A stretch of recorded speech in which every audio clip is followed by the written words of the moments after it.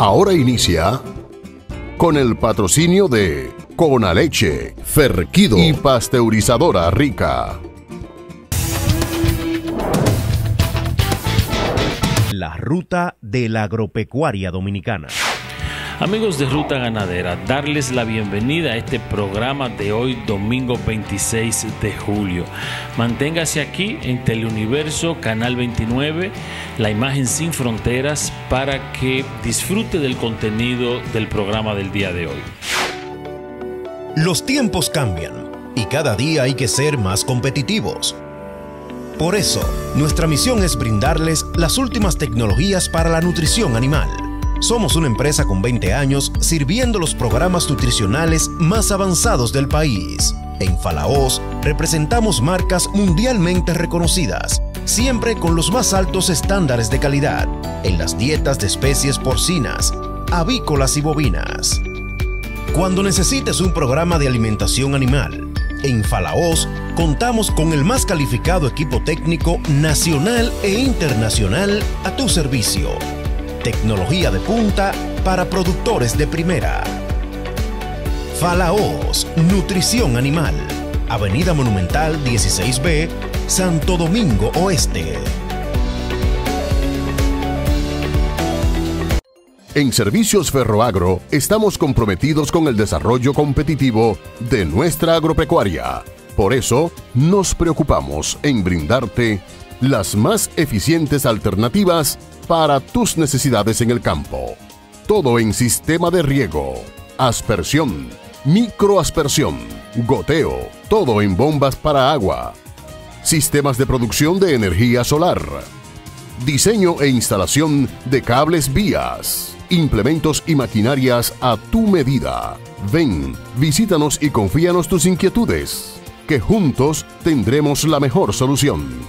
Calle Peñavalle, casi esquina Ortega y Gasset en Santo Domingo, con el teléfono 809-565-9787 y en Santiago, Villa González, en el 809-580-0099. Ferroagro, al servicio del campo. Recuerde que Ruta Ganadera se transmite en todos los sistemas de cable de la República Dominicana, a través de satélite en señal abierta, aquí en Teleuniverso Canal 29, para Puerto Rico en todos los cables, Liberty 93, Claro IPTV 761 y en señal abierta en Encanto TV 10.1. En Estados Unidos y Puerto Rico, Dish Latino 812.4. Teleuniverso, la imagen sin fronteras.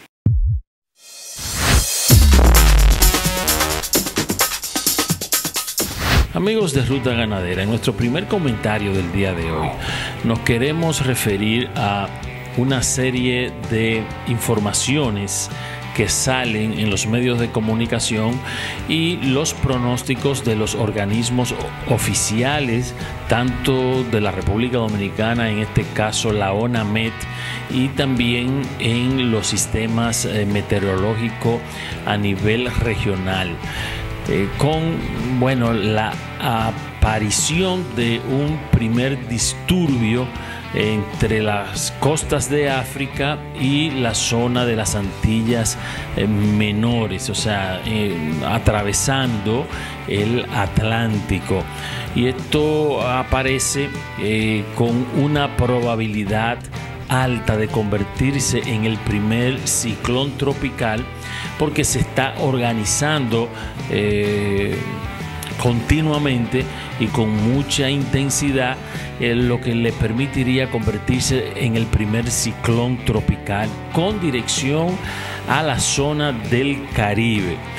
Entonces, a propósito de esto, nosotros queremos aprovechar este comentario para advertir, informar, hacer conciencia de precaver lo que podría estar pasando en esta temporada ciclónica.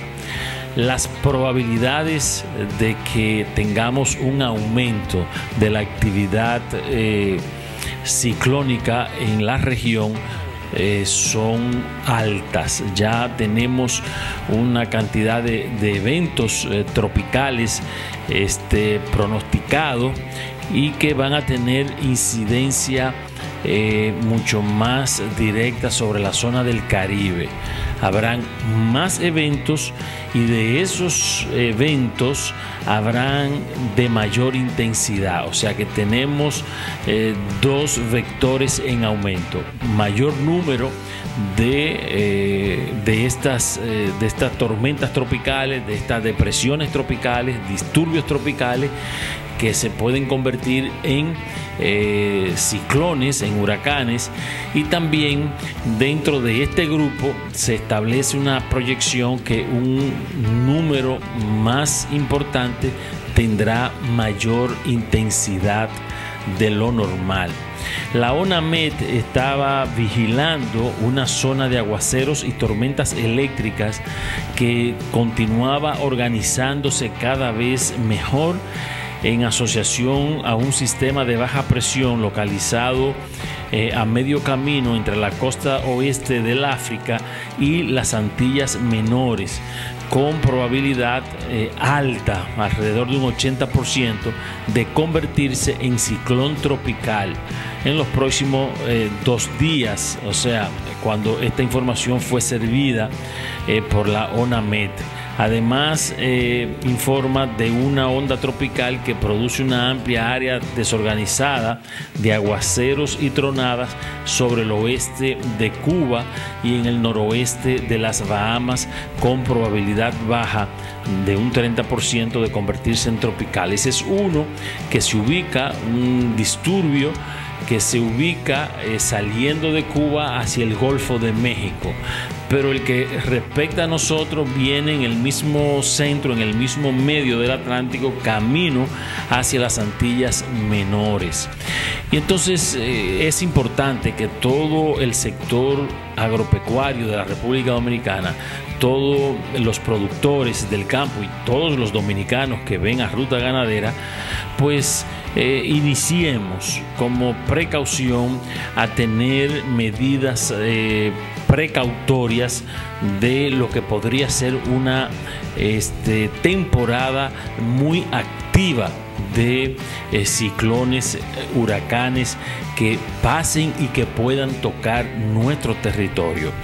Esto lo hacemos porque en medio de esta crisis que representa la pandemia del COVID-19, pues nosotros debemos observar como una realidad posible el que se produzcan afectaciones importantes, bueno, que Dios no lo quiera, por la pasada de un huracán tropical por nuestro territorio.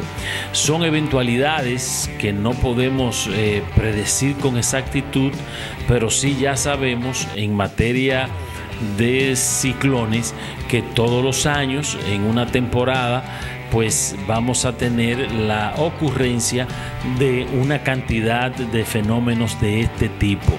Este es un año complejo donde las temperaturas de calor se han disparado y de seguro que vamos a tener pues una actividad ciclónica activa. Nosotros hemos querido, pues en este comentario, a propósito de este primer disturbio que tiene probabilidades serias de convertirse en ciclón, pues que los dominicanos estemos con ojo avisor ante esta posibilidad.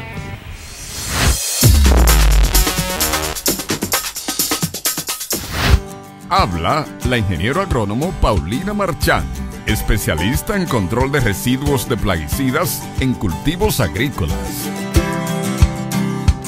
Justamente traemos este tema acá que es muy relevante para la seguridad del consumidor. Uno de los aspectos clave es el buen uso de los productos fitosanitarios en el campo, ya que son necesarios, ¿cierto?, para poder garantizar alimentos de calidad, en cantidad, pero también que sean seguros para el consumidor. Señora Paulina, ¿cómo puede la industria, las casas comerciales, pues dar seguimiento a los productores, sobre todo productores pequeños en las zonas rurales, para que haya una correcta aplicación de los productos y estos residuos pues no se queden? Bueno, un factor importantísimo obviamente son todas las recomendaciones que se dan en la etiqueta. La etiqueta de los productos es la conexión que hay, ¿cierto?, entre aquellas personas que ofrecen los productos como hacia las personas que los utilizan. Por lo tanto, ese sería el factor más importante.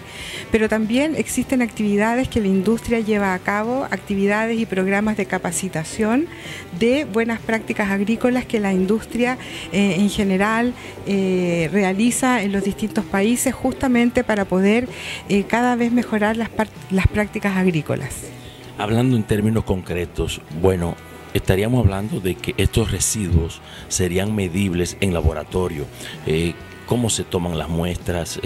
¿Dónde está el punto de medición? O sea, ¿dónde se hacen este tipo de comprobaciones? Claro. Bueno, en ese sentido, primero tenemos que considerar que se establecen los límites máximos de residuos con base en análisis de riesgo, para determinar que en el fondo aquellos residuos que quedan en los alimentos no van a causar ningún efecto nocivo en los consumidores. Por lo tanto, una vez que el agricultor aplica el producto siguiendo las recomendaciones de la etiqueta, entonces va a estar en el lugar seguro, en el sentido que esas cosechas van a estar con los residuos por debajo de los límites establecidos.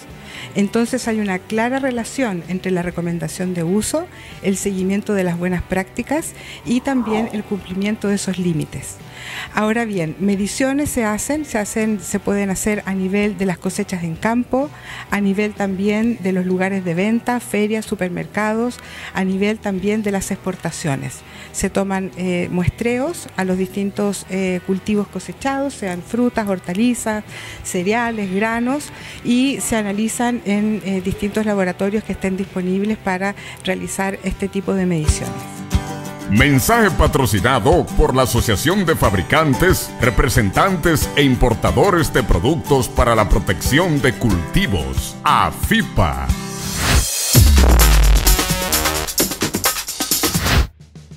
Amigos de Ruta Ganadera, nos encontramos juntos virtualmente, por supuesto, con el economista Pavel Isa Contreras, una persona que se ha dedicado en la República Dominicana a dar informaciones, bueno, de la economía nacional, pero también de la economía regional. Y una vinculación muy particular también con el sector agrícola y pecuario de la República Dominicana. Y nosotros en el programa consideramos importante que ante esta crisis que se presenta con la pandemia del COVID-19 y los efectos en la economía, el sector debe estar informado lo mejor posible. Y las opiniones de Pavel van a ser, bueno, determinantes para nosotros. Pavel, para el sector agropecuario de la República Dominicana, si tú nos dieras un panorama lo más sucinto posible de la actualidad de la economía dominicana. Sí, primero la epidemia agarró a la economía dominicana en un momento bastante bueno en términos macroeconómicos, en términos agregados, una tasa de crecimiento económico que se aproximaba a la tasa de crecimiento económico promedio de los últimos 50 años, que es desde por encima del 5%. De hecho, en el pasado más reciente, la tasa estaba aún por encima y ya veíamos en 2019 y en 2020 apuntaba a una tasa de cerca del 5%, que es promedio. Y aunque suene muy alta para los números regionales, es una tasa que es razonable para la economía dominicana cuando uno lo ve en perspectiva histórica. Mucho estaba relacionado con la situación externa, estamos hablando de déficit externo bastante bajo por un alto flujo de remesas, un comportamiento del turismo bastante bueno y unas exportaciones que si bien iban a la saga siempre, pero por lo menos se mantenían creciendo y bajo precio del petróleo. Yo creo que esa combinación hizo que la economía dominicana estuviera creciendo por 4 o 5 años a tasas bastante elevadas, si bien, como dije antes, se aproximaban al nivel al promedio histórico ya en 2019-2020. O sea, declinaron, pero seguían siendo relativamente buenas. obviamente con un conjunto de déficits, al mismo tiempo que se generaba crecimiento, tenía un conjunto de déficits. Primero, desbalance macroeconómico y por otro lado, déficit social. Lo de balance macroeconómico fundamental, los dos fundamentales, en el tema fiscal y en el tema monetario. Es decir, el gobierno por 10, 12 años consecutivos estaba incurriendo en un déficit fiscal y había hecho que hizo que la deuda escalara a unos niveles bastante elevados. No significa que sea inmanejable, pero sí a niveles elevados. Estábamos destinando 40 de cada 100 pesos que se recaudaba a nivel doméstico para servir la deuda, tanto pago de capital como de intereses. Es decir, la deuda ya estaba pesando de forma importante. Al mismo tiempo teníamos un desbalance monetario relevante que era conjurado con la colocación de los títulos del Banco Central, que lo que procuraban era retirar dinero de la economía, o procuran retirar. Entonces, el Banco Central le debe a esta economía, digamos, más de 600 mil millones de pesos. O sea, casi, digamos, 10 mil o 11 mil millones de dólares. O sea, tanto el sector público, el gobierno central, como el Banco Central, para mantener, digamos, a flote la moneda y el Estado habían incurrido en una deuda muy significativa. Y luego los déficits sociales, es decir, teníamos un crecimiento económico muy importante que de hecho incluso hizo reducir la pobreza monetaria de manera significativa según cifras oficiales. Sin embargo, en general uno percibe que este país sigue siendo un país de personas pobres, ¿no? O pobres, o si han superado el umbral de la pobreza, son personas vulnerables que con cualquier golpe negativo pues retroceden al nivel, digamos, de la pobreza. Entonces, digamos, ese es el panorama, un buen desempeño macroeconómico, pero con desbalances importantes en las finanzas públicas y en el Banco Central y déficits sociales relevantes. Por ejemplo, el empleo, más de la mitad del empleo es un empleo informal, precario, de bajo ingreso. Ya, entonces, digamos que ese es el panorama. Ahora, con el COVID, es una crisis inesperada, de una característica muy violenta, porque para detener la epidemia, la única forma que se ha conseguido en este momento, aunque ya empiezan a haber noticias de que empiezan a pasar a fases ya finales, digamos, pruebas de vacuna, y ya hay algunos tratamientos que aparentemente pueden dar resultados, pero mientras tanto la única respuesta que el Estado pudo dar en este país y en el resto del mundo a la epidemia fue encerrar a la población, digamos, en mayor o menor medida dependiendo de las capacidades que tuviese el sistema de salud para hacer pruebas y para aislar a los casos y a las comunidades donde hay más afección. Pero en los países como uno de los nuestros, donde las capacidades están bastante restringidas, pues lo que se hizo fue cuarentena bastante significativa, parcial siempre, pero estamos hablando de cierre de actividades económicas, y esto ha hecho desplomar la actividad económica hasta abril. En el periodo de enero a abril, la economía dominicana decreció en casi un 9%, más de 8%. Una crisis la última crisis que se vio, en la cual la economía en un año, eso sí, en un año decreció más que eso, fue en el 65, David, con la guerra civil y con el alzamiento constitucionalista y la ocupación militar estadounidense. Y suponemos, Pavel, que de abril hacia acá, pues las cosas se pueden haber complicado aún más. Bueno, en abril la actividad económica cayó un 30% en ese mes, y en mayo cayó un 14%. Es probable que en junio haya caído en un volumen, en un nivel similar, probablemente por encima del 10%, por lo menos. Y ahora que se ha reintroducido el estado de emergencia, es probable que veamos cifras aún mayores de decrecimiento de la economía. Eso es una crisis sin precedentes. Y el problema de esto, David, bueno, hay dos. El primero es que el golpe en el empleo es terrible. Para que se tenga una idea, del total del empleo, la mitad, en la República Dominicana, la fuerza de trabajo ocupada anda por 4.5 millones de personas. De eso, la mitad está ocupada en el sector formal de la economía. Son 2.2 millones de personas, 2.3 millones de personas. De eso, 1.5, 1.6 está ocupada en el sector privado. Y unas 600.000 personas están ocupadas en el sector público, ya sea gobierno central la mitad y entidades autónomas y descentralizadas la otra mitad. O sea que el empleo privado es de 1.6 millones, 1.5 millones. Bueno, ese empleo cayó a 1 millón cuando se dio la orden de cierre, medido a través de los registros de la TSS. Es decir, de golpe y porrazo, esta economía perdió más de 500.000 de empleos formales. Y eso es sin contar la pérdida en el sector informal. No sabemos qué pasó ahí todavía.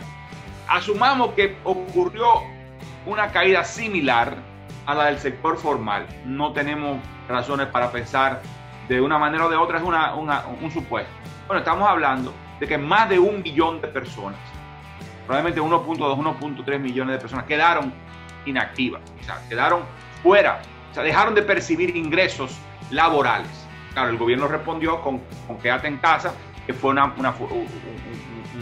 que fue compensatorio y tenía que hacerlo y estuvo bien que lo hiciera, pero el golpe de todas maneras es brutal y eso retroalimenta la crisis porque la gente se queda sin empleo o sin ingreso o se ve reducido su nivel de ingreso, pero eso impacta las ventas también porque la gente no tiene dinero, no puede salir a comprar, ¿no? Y al no poder salir a comprar, las empresas que estaban operando también se ven nuevamente golpeadas porque la demanda está contrañida, ¿ya? Entonces es un doble shock, un golpe de oferta y un golpe de demanda. Precisamente ahí quiero que entremos al sector agropecuario.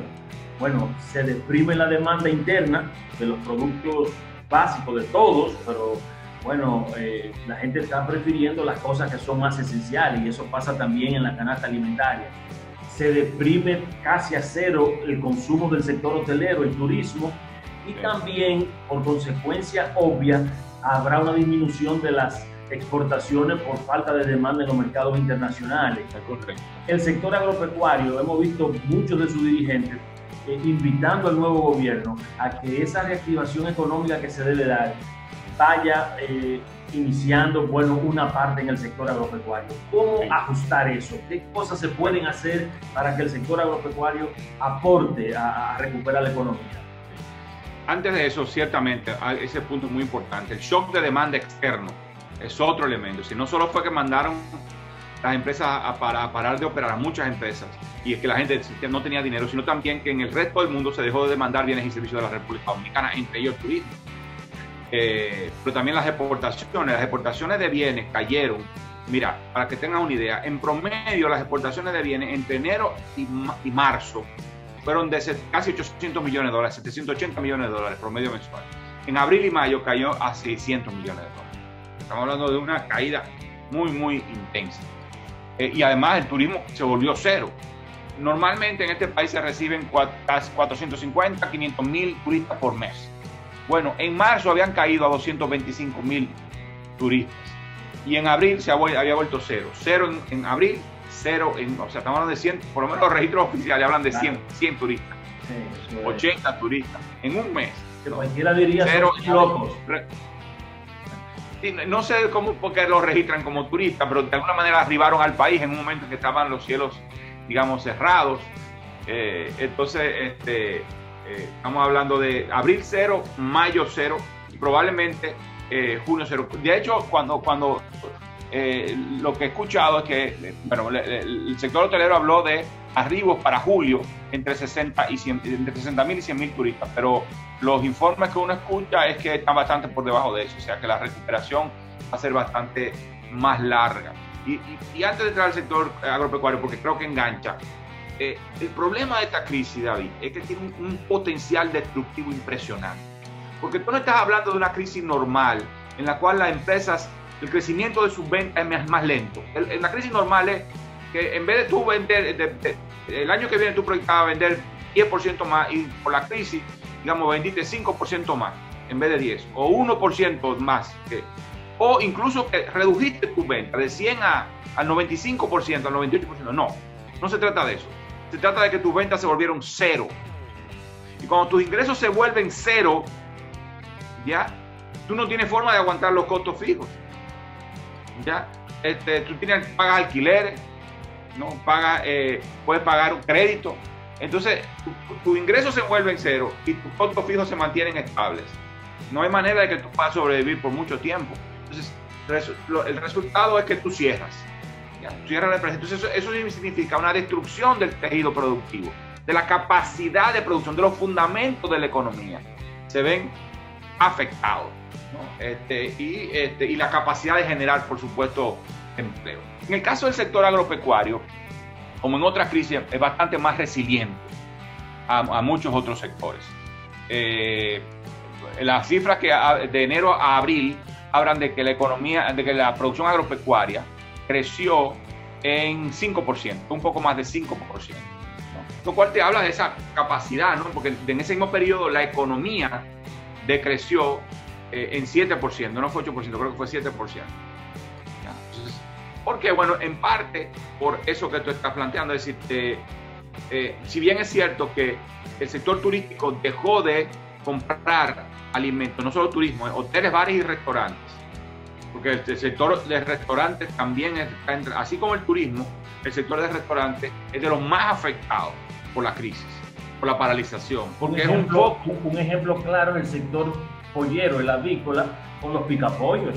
Eso es demoledor, ese consumo, por ejemplo, que es interno. Claro, y si los negocios no migran rápido hacia entrega, y aún así, digamos que muchos de estos picapollos atendían a la población que trabajaba en el entorno, y si no están trabajando, ¿no? La crisis es demoledora. Ahora, volviendo al sector agro en general, uno dice, hablaba del turismo. Primero, tiene un doble golpe el sector agro. El primer golpe es el tema del turismo. Pero no creo que sea tan definitorio ese. ¿Por qué? Porque estamos hablando de que la proporción total de ventas del sector agro a hoteles, bares y restaurantes, hay que incluir restaurantes, a veces nada más pensamos en turismo, no hay que incluir restaurantes, es del 7%. O sea, es un importante. Cuando estamos hablando de 7%, es un número importante, pero no se trata de algo que te pondría a todo el sector en jaque, que te puede poner en graves problemas a las unidades productivas especializadas en vender a hoteles, bares y restaurantes. Pues eso por un lado, pero por otra parte, claramente la reducción en el nivel de consumo de demanda tiene que afectar al sector de alguna u otra manera. Por suerte, lo que hemos visto hasta ahora es que hay cierta resiliencia, el sector creció, la producción creció en 5.2%. De todas maneras, mi temor ahí es que tiene que ver con que el tipo de unidad productiva en el sector agro es una unidad productiva muy frágil. Si en general las unidades productivas que más van a sufrir son las más pequeñas y las más débiles, y las que tienen más costos fijos comparado, una proporción de los costos totales, una alta proporción de costos fijos. Pero entre ellas hay que incluir al sector agro, no tanto por los costos, sino por la fragilidad y la pequeñez. En la República Dominicana el sector agro está muy ampliamente dominado por empresas pequeñas, de producción precaria, de baja productividad. Entonces, ¿qué es lo que pasa? Que aunque la caída en la demanda no sea tan fuerte como en otras actividades productivas, porque los alimentos, además de haber sido priorizados y protegidos en el contexto de la cuarentena, tienen lo que llamamos los economistas una elasticidad ingreso de la demanda bastante inelástica, y eso significa, esas palabras tan rebuscadas, significa que la demanda de alimentos no se mueve mucho comparado con cuando cambia el ingreso, porque son bienes muy básicos. Sí, es muy estable. Digamos que la demanda, la oferta, la producción mantenga cierto nivel de ritmo. Pero mi preocupación es que, a pesar de eso, las unidades productivas sean tan frágiles que el golpe de demanda, no ha habido golpe de oferta en el sector turismo, en el sector agro, pero el golpe de demanda afecte tanto a las unidades productivas, aunque no sea tanto como en otros sectores, pero a un tal volumen que al final obligue a las unidades productivas a cesar de producir. De tal manera que el shock de demanda se te puede convertir en un shock de oferta, con efecto de largo plazo. Cuando tú cierras la finca o tú reduces una parte importante de la producción de la finca, cuando viene la recuperación, para recuperar la capacidad productiva, es mucho más complicado. No se trata de capacidad, o de que tú generas que una empresa, una planta productiva, que tú tenías una capacidad ociosa del 20% y una capacidad utilizada del 80%, de repente ahora tú tienes una capacidad utilizada del 70% y una capacidad ociosa del 30%. En el sector industrial tú lo puedes de alguna manera manejar, pero en el caso de la producción agrícola es probable que sencillamente tú tengas que salir del mercado. Y es biología, no es tan fácil eso que tú dices. Y claro, y además la respuesta, primero el golpe es porque como la demanda se reduce, hay una parte de la producción que no la tiene, no la puede sacar. ¿Ya? Y luego ese ingreso es fundamental para tú volver a producir, ese ingreso perdido iba a ser fundamental para tú volver a producir en el periodo siguiente. ¿Ya? Frente a esas... No lo puedes lograr. Claro, frente a esa limitación del mercado interno, ¿cuáles rubros o qué áreas tú recomendarías que potencialicemos? Exportaciones hacia Haití, de la parte avícola, hacer esfuerzos para exportar algunos rubros que podríamos ser competitivos. O sea, ¿qué cosas? El caso de los bananos, las frutas, piña, mango, o sea, ¿qué cosas? ¿A dónde nos orientamos los esfuerzos? Mira, yo no he pensado mucho, porque tengo como la bandeja abierta en todos los sectores económicos. Y lo que sí tengo claro, yo lo que tengo claro es dos cosas. Primero, que el paquete de recuperación, porque tiene que venir un paquete de recuperación económica. Hasta ahora lo que el gobierno ha hecho es proteger. Está bien, está la protección a través de PATI, de quédate en casa en particular y de FASE, era inevitable. Y el gobierno hizo lo que tenía que hacer. No puede tener crítica de que si la ayuda fue suficiente, si alcanzó a lo suficiente. Bien, digamos, yo mismo he hecho mis críticas. De hecho, creo que PATI fue el resultado de esa crítica, no mía, sino, digamos, de mucha gente diciendo, espérese, usted se está olvidando del sector informal. Pero la dirección de la respuesta es adecuada. Lo que no ha habido es el anuncio y la puesta en marcha de un programa de recuperación de la economía. Y eso implica aumentar el gasto de una manera tan significativa para yompear la economía, para reanimarla. ¿Ya? Lo que pasa es que también hemos estado efectivamente con incertidumbre respecto a la dinámica de la epidemia. Seguimos estando a ciegas, empezando porque las pruebas son insuficientes para saber. Pero bueno, y ese paquete tiene que incluir, yo diría, dos cosas fundamentales. Una, construcción. La construcción tiene una capacidad de arrastre muy grande y eso no es anécdota. ¿Ah? Eso es datos duros. El país lo conoce. El crecimiento productivo es muy fuerte. Y la segunda prioridad, en mi opinión, tiene que ser la agropecuaria. Porque no tanto por la capacidad de recuperación que tenga la agropecuaria, porque la agropecuaria es un sector primario que no tiene tantos encadenamientos hacia atrás, y los encadenamientos que tienen parte tienen que ver más bien con insumos agroquímicos, por ejemplo, aunque tienen encadenamientos importantes hacia adelante. Yo creo que tiene que ver con la capacidad de evitar que la crisis comprometa la capacidad de producir alimentos y por lo tanto evitar que se comprometa la seguridad alimentaria en el lado de la oferta, en el lado de la disponibilidad de alimentos. La seguridad alimentaria, dos factores fundamentales son el acceso, la disponibilidad, y el otro es el acceso. La disponibilidad es que hayan los alimentos para que la gente lo pueda adquirir de una u otra manera, y el acceso es que la gente lo pueda adquirir efectivamente, lo pueda comprar a través de cualquier mecanismo. Bueno, la disponibilidad en la República Dominicana depende mucho de la oferta doméstica. Entonces hay que prestar atención a la oferta doméstica, impedir que las unidades productivas salgan del negocio, ¿ya? Y mantener y estimular la producción. Una de ellas puede ser las compras, un instrumento puede ser las compras de alimentos, ¿ya? Para sostener precisamente los programas alimentarios del gobierno, que han sido un instrumento relevante. No tenemos mucha información sobre qué tan efectivos han sido, más allá del INAVIE, que sabemos que está bien aceitado, ese mecanismo está bien focalizado y demás, pero el plan social realmente no tenemos idea, no sabemos. Nuestra impresión es que ahí no hay tanto criterio de focalización y de políticas que logren, de mecanismos y de protocolos que logren seguridad sanitaria mientras se hace la distribución. Me sorprendería que, bien, estaría dispuesto a escuchar una historia distinta, pero la impresión que uno tiene no es precisamente, digamos, la mejor. Entonces, ¿sobre la exportación? ¿Perdón? Sobre las posibles exportaciones. Bueno, entonces obviamente habrá que estimular producción de ciclo corto, que tenga respuesta inmediata, que mantengan los mercados abastecidos. En exportaciones es un poco difícil. Primero, las exportaciones nacionales han sido más resilientes que cualquier otra exportación. Es interesante, es decir, más afectadas han estado las exportaciones de zona franca y ciertamente el turismo que las exportaciones nacionales, dentro de las cuales están las exportaciones agrícolas.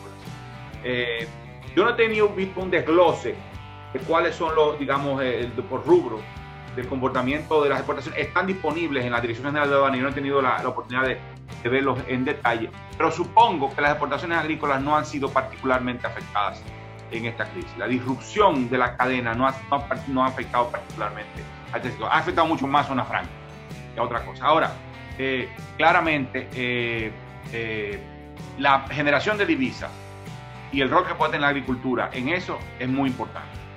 Y hacia dónde se orienta el sector agrícola dominicano en el mercado internacional, hacia frutas. Yo creo que así como en la República Dominicana la demanda por alimentos es menos sensible a la crisis, o sea, se mantiene a pesar de la crisis, yo creo que lo mismo uno puede pensar de la demanda en otros países. Por lo tanto, ahí tenemos una posibilidad, igual que la tienen muchos otros países, hay que reconocer, de aprovechar y mantener, digamos, el flujo exportador. La pregunta que tú haces pienso que tiene sentido incluso más a largo plazo. Es decir, el gobierno se ha propuesto en política exterior 3 grandes objetivos. Me llama mucho la atención esto, David. Uno de ellos es promover las exportaciones y atraer inversiones. Por lo tanto, yo pienso que el sector agropecuario tiene que aprovechar la oportunidad, la alta prioridad que le está dando el nuevo gobierno, que le va a dar el nuevo gobierno a la promoción de exportaciones para engancharse y hacer que la agricultura crezca en parte en base a exportaciones. Y obviamente la inclinación es hacia frutas y vegetales.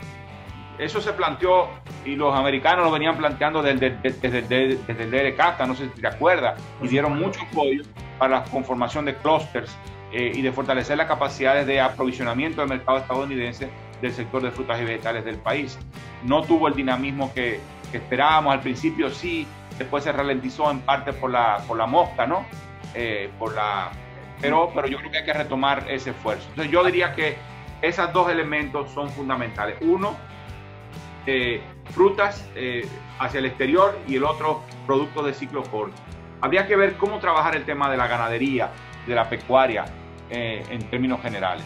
Bueno, en ese aspecto, y lamentando que el tiempo se nos está agotando, debo decirte que perfectamente coincidimos en que la parte de frutas, bananos, piñas, mangos y otras que se pueden agregar son fundamentales. En el sector ganadero bovino es determinante trabajar sobre las exportaciones de carne, que sí somos competitivos, carne bovina, somos competitivos, y que es un problema solamente de ajustar temas sanitarios y de reglamentaciones. Y se ha demostrado. Tanto China como Estados Unidos están esperando que nosotros actuemos en ese sentido, y sería una gran vía de escape para la compresión del sector ganadero bovino. Pavel, ahora algo importante, David, algo importante. Yo creo que lo fundamental ahí es pensar en el sector agropecuario, en el caso de frutas y vegetales y de ganadería, de productos de la ganadería, que el rol fundamental de eso es generar divisas. Empleos mucho menos, no tengamos tanta esperanza en el tema de empleo, pero sí en generación de divisas, que es lo que te habilita para generar empleo en muchos otros sectores. Es un rol, yo creo que hay que rescatar y darle la importancia de vida. Pavel, darte las gracias por estar con nosotros aquí en Ruta Ganadera para el sector agropecuario del país. Bueno, pues son informaciones interesantes que nos permiten pues tener una base de datos para tomar decisiones al futuro. Gracias, y esperamos tenerte pronto de nuevo en Ruta Ganadera. Gracias, David.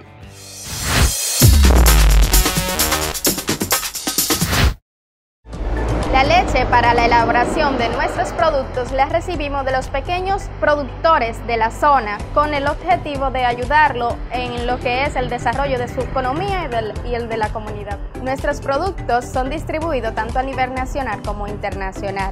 Hemos recibido asistencia técnica de Conaleche tanto para la mejora de los procesos como en la implementación de lo que son las buenas prácticas de manufactura. Otras instituciones como el Banco Agrícola, Salud Pública y la FDA también han aportado a las mejoras de nuestra empresa.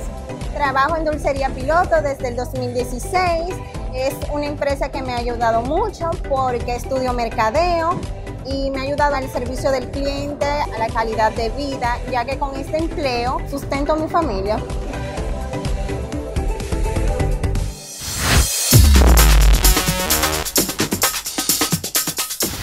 Amigos de Ruta Ganadera, en nuestro segundo comentario del día de hoy nos vamos a referir a una publicación que sale en Agrodigital, la web del campo, con el propósito de poner en contexto las cosas que se están haciendo, que se realizan a nivel global en materia de la agricultura, cómo se avanza en otras latitudes sobre la investigación y la transferencia tecnológica y en qué nivel estamos nosotros, bueno, en la República Dominicana, a pesar de tener profesionales que se han capacitado fuera de la República Dominicana. Pero estas son cosas que se deben conocer porque el país tiene que dar un salto hacia esta realidad de cómo es que se produce en otras latitudes, porque de lo contrario nosotros no podremos mantenernos compitiendo en el mercado internacional. Habla de estrategias de regulación génica en plantas para decidir floración o inducir resistencia a sequía. Ese titular nos llamó la atención porque estamos hablando de que usted puede dirigir, bueno, el funcionamiento vegetal para decidir hacia una cosa o hacia la otra. Un equipo de científicos del Instituto de Biología Molecular y Celular de Plantas